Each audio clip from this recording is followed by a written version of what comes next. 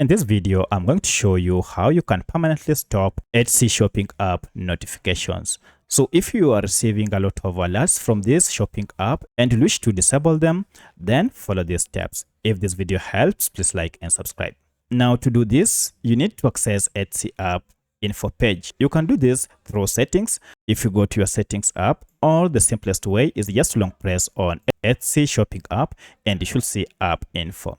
However, if you can't see this app info option, you should see a settings gear or even the name of the app. Tap on any of these and here you'll be taken to Etsy app info page. At this point, look for permissions and you can see you have permission section is here. If you scroll down, look for this option called notifications. Now, by opening notifications, you will realize all these notifications are on and they are quite a number. Among them is permanent notifications, vibration, play sound, lock screen, up to notification badges here. Now, instead of turning off one by one, the best and the easiest way is to just toggle off show notification button here, and this will disable all the other types of notifications.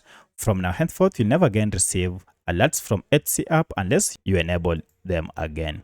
So that's how you can permanently disable Etsy shopping app notifications.